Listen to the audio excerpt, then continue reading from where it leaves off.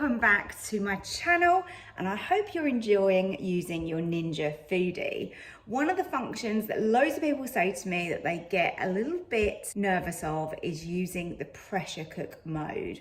I think it's just the thought of it building up all of that pressure, what it's going to be like when it releases it. Obviously you can't open the lid during cooking, so you have no idea what is going on in there, and I think this makes it quite daunting. So here are 4 recipes that I think are foolproof that you should try first using your pressure cooker. These are all really easy, super delicious. I think you're really going to enjoy these recipes. Give them a go, be confident, and enjoy using the Ninja in this way. If you like these recipes, remember to hit the like button. And if you're new here, then don't forget to subscribe and turn on that notification bell as well. So let's get into the first recipe. I'm going to begin this recipe by preparing some garlic. So I've just got some cloves here. I actually grew this garlic in my garden, which is really, really easy to do. And I've got 2 kilograms worth of white potatoes, which we're going to peel and we're going to dice. And then for flavourings, I've got chives, I've got salt, pepper, butter, some soft cream cheese. I've also got some grated cheddar. And we're going to also need some vegetable stock, which is going to help us when we pressure cook. And this is going to really add extra flavour.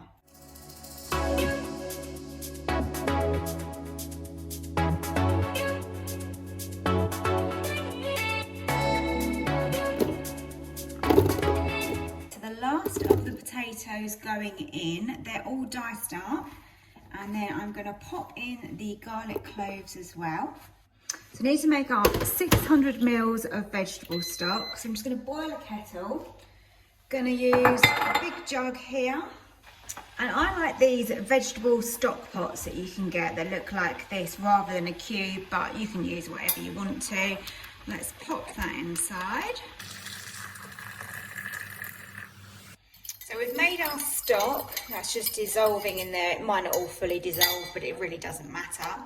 So all we've got in here still is the potatoes and the garlic. So I'm going to add some pepper into there, some sea salt.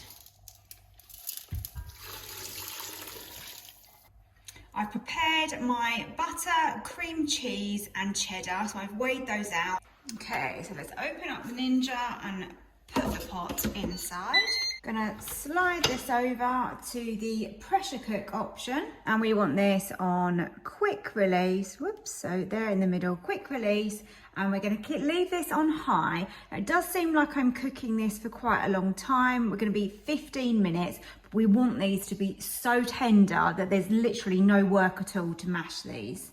Make sure that your vent is on seal and press start. Okay, so that has just finished, and we just need to let the pressure release now before we can open it up. So now we can slide that across and open it up and have a look at what we've got. So let's test. Wow, these are so soft. They're only just holding together, which is perfect for making mashed potato. We've got those pieces of garlic in here, which are all going to be mashed up together. There was some excess liquid in the bottom, so I have drained that off. Now, while they're still lovely and warm, let's pop in our cheeses and our butter, and that is going to literally melt into here.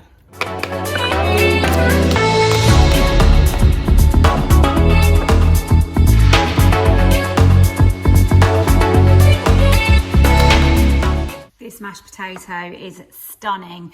It took no effort at all to mash that up. It is super creamy and absolutely delicious with the garlic. We've got salt and pepper in there, the flavour from the stock. It is absolutely perfect. I'm going to add a few chives on top, and there is my Ninja mashed potato. So we're going to begin by turning on the Ninja, and I've literally just got the big pot in here. It's on sear and saute, which is what we want, and it's on high. Let's press start. Let's pop some spray oil into here. I've diced the chicken up into small chunks, so let's just pop that in. Always really important to season your chicken, so lots of pepper going in and also some salt. Now I'm going to crush in my garlic, chopped up my broccoli into florets, so in that goes. Tonight this is going to serve 3 of us, so I've used 2 chicken breasts for 3 of us because they were quite large, and this is sort of probably 3/4 of a smallish head of broccoli. Now I'm going to turn off this sear and saute. Into here I'm going to add my penne pasta, my chicken stock, and we're going to give that another mix. It's really important that you have enough liquid, because if not, it's not going to cook under the pressure setting, and of course you're going to have raw pasta. Into there I'm also going to go in with some cream cheese. Now you can use a low fat option. This is actually a lactose free option. You can use dairy free. All of the above are going to work perfectly. So this is how we're looking at the moment. I've decided to add some dried mixed herbs. It's just a little bit of that. You can choose whatever you fancy. This could be basil, thyme, but I had these in the cupboard and I thought this works quite well. Right, now we need to give that a stir. So get that cream cheese mixed in. The stock actually made up with boiling water, so that does give you a little bit of a head start. And now we want to use the slider and pop that right over to the left onto pressure. And we want to do this for 6 minutes. That's what I'm going for. So we want to add quick release. So quick release is for these types of dishes where you don't want it to overcook. So pasta, we want it to be just right and not cooked any longer. Whereas you go natural release is more for like meats really. So yeah, so we're gonna go high, quick release, and I think 6 minutes. Gonna make sure that the vent is on seal. Let's go. Now I'm going to take a while to get up to pressure. Obviously there's quite a lot in here, but the liquid is hot, so I'm hoping that that's going to help it come up a little bit quicker. Until the pressure has released completely, you won't actually be able to move the slider or actually open the lid. You just have to wait for that, be patient. Then you can slide it across and we can open it up and have a look. It really doesn't take long, a minute or 2. So slide that all the way across and let's open up and have a look. Oh, here we go. Let's give that a mix. This looks delicious. And to finish this off, I'm going to top it with Parmesan. Let's be generous. Let's give that a good sprinkle. If you don't have Parmesan, of course, you could use mozzarella or cheddar. But I fancied Parmesan on this. That looks good. Let's close the lid. Pop it onto air fry, and I literally think 5 minutes is going to be plenty. And this is the beauty of this machine. I've just seared and sauteed, I've pressure cooked, and now I'm air frying all in one machine in one pot. So I've just given this 3.5 minutes, and that has actually melted that Parmesan beautifully. Look at that, absolutely gorgeous. That chicken looks so succulent, and the pasta is cooked perfectly because I've just checked. This is my dinner served up. Look how beautiful and silky that sauce is.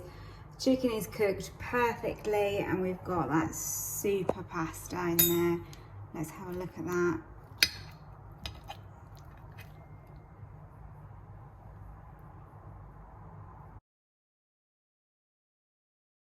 So here goes with my Hunter's chicken and rice. Lovely one pot meal. So I'm going to start off with scraping this bacon that I've diced up. You're going to want 150 grams of diced bacon, and also an onion or a red onion. Obviously you can use less. As you can see here, I'm using a little bit less tonight. To be honest, it's just more because of what I've got available. So we're on sear and saute, a little bit of oil in there. I'm just gonna let that fry off for a moment before I add in the chicken. Now I'm gonna put in the chicken, and you want around 500 grams of diced chicken breast. And this is going to feed then 4 people generously with those quantities that I've just given you. So all I'm really doing is adding a little bit of colour to the bacon, rendering down the fat, and also just giving that colour to the chicken as well. So we want some garlic granules. You need a tablespoon of these. I've got this classic barbecue seasoning here. That smells amazing. A tablespoon of that. Another tablespoon of smoked paprika. About a tablespoon of tomato puree. And 2 tablespoons of barbecue sauce of your choice. Now add in your rice. I'm using a basmati rice, 250 grams, but I'm just going to rinse that quickly first. Okay, there's my rice all rinsed. And then you're going to need 600 millilitres of stock. I always prefer in this kind of dish to use stock rather than water. So obviously, as you know, going under pressure, we need that amount of liquid, and there's a lot of rice in here, so that's going to absorb that. Just clean down the sides like this. It smells incredible, by the way. Let's get the lid down. And when you're pressure cooking, you need to make sure that this vent up here is on seal. Now, I'm going to mention this because there's a few new people that have been asking about this. So this way, so towards you is vent and away from you is seal, which it says on it, so it's quite obvious. It will still feel like it's completely wobbly. That is just completely normal. That is exactly how it is. It's how it's meant to be. So literally just push it over to seal so it just hits that little edge. And that's all you've got to do, and that works perfectly. So across to pressure cook, and as I've done on some of my other rice dishes, I've used a natural release. We've cooked it on high, and literally only 5 minutes, and then it will continue cooking because of the natural release, so then we will get fully cooked rice. So let's press start, and let's get cooking that. So the Ninja has just told me that I can open the lid, and as normal, it doesn't quite open. I think I've realised what this is. So it's actually finished doing the natural release. However, there is a tiny amount of steam still left in the pot. So when it says open, it means the natural release is completed, but you can't actually open it, which is a little bit irritating, to be honest. But if you just literally turn your vent, you can see the tiniest amount then comes out, and I mean tiny. And then look, you can open it. So that's just a way that you don't have to wait that bit longer. So let's open her up. Right, lovely. That colour on the bottom isn't where this is caught. That is from the saute that I did earlier. This looks yummy. The rice is nice and moist still, but it is cooked. Look at that. That is absolutely gorgeous. To that, I'm going to add some cheese. Cheese of your choice, doesn't matter. I've got a little bit of a mixture here, so use whatever you're fond of. And I also think another drizzle of barbecue sauce would be lovely on that. Lid down. Now you can either grill or air fry. I'm actually going to go with air fry, and it probably only needs around 4 minutes from other things that I've done, just to melt that cheese, bubble it up, make it a little bit crispy on the top. Just open the lid. Look how delicious and gorgeous this Hunter's chicken rice is. I'm going to serve this up. I can't wait to eat this. Super excited for my dinner. This would be great served with maybe some garlic bread, or you could have some extra veg on the side. And of course, at the end, you can add a little extra drizzle of barbecue sauce. So yummy. I've started off by greasing my bowl that I'm going to pressure cook this in. In the bottom of here, we want our golden syrup. It's quite a lot that's going into here. We want 6 tablespoons. I'm using a soft brown sugar here, and we need 175 grams, so equal amounts of butter and sugar. Let's put that under here, and we can start mixing that together. I've got 3 eggs that I've cracked into here. I always do that because if you do get a bad egg, if you put it straight in, you've ruined everything, haven't you? You've got to start again. So just going to put in 1 egg at a time. That will then start combining together. Into here we need self-raising flour and 175 grams. You're also going to want to use a teaspoon of baking powder. And now for the indulgent bit, treacle. Look at that. So glossy, so good. We need a tablespoon. It's hard to measure this out because it is so sticky, but just go for it. Just a slow mix. And that'll all start to come together very quickly. That looks great, look at that. Beautiful colour, smells really, really delicious. I'm going to be serving this with some custard later, which I think will go really well. We've got cream if not. I mean, have whatever you like with it, or just have it on its own. Let's get that batter in the bowl on top of the lovely golden syrup that we've got in there. I've got a layer of parchment paper, grease paper, whatever you want to call it, and then some kitchen foil. And this is going to cover the bowl, but we want to pleat it in the middle, and that's just so that it can expand. So just like that, if you can see that properly, like that. So we've got a little pleat, so when it starts to steam, this can lift up and it's not going to be too tight. Pop that over your bowl. Now just cut off the excess string, and then also just go around the edge and cut off any extras that are hanging down with the foil and the parchment. You want just your Ninja pot in here, and then add 500 millilitres of water. And then in with your rack, so that's just the bottom section of the rack. And then we can place the pudding on top, and that fits perfectly in there. Slide over to the pressure cook option on the left hand side, and we want to keep this on high, and we want the natural release, and I'm going to pop this on for 40 minutes. Make sure that your valve up the top here is sealed, and press start. So we can now open this up, slide that over. Let's have a look inside. Let that steam out. I'm going to leave that just for 5 minutes or so, just to let that steam come out and some of that heat to be removed, and then we'll have a look at what the pudding is like inside. Okay, so now I'm going to cut off the string. Oh, I can see inside there, it looks really light and airy. Oh, look at that, absolutely gorgeous. Oh, smells like absolute heaven. Look at that. Really, really good.